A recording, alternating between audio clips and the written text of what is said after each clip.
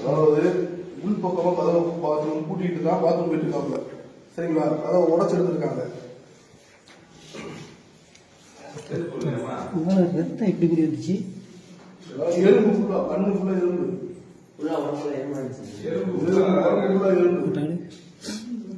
எறும்பு கடிச்சா ரத்தம் எப்படி வரும்? இறந்து போனவங்க மேல ரத்தம் எப்படி வரும்? கடிச்சே வரும், உறைஞ்சிருக்கு ரத்தம்.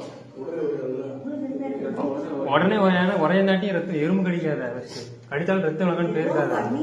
இவ்வளவு ரத்தம் போவாது அப்படின்னா, இவ்வளவு ரத்தம் போவதுக்கு வாய்ப்பு கிடையாது. பண்ணிருக்காங்க.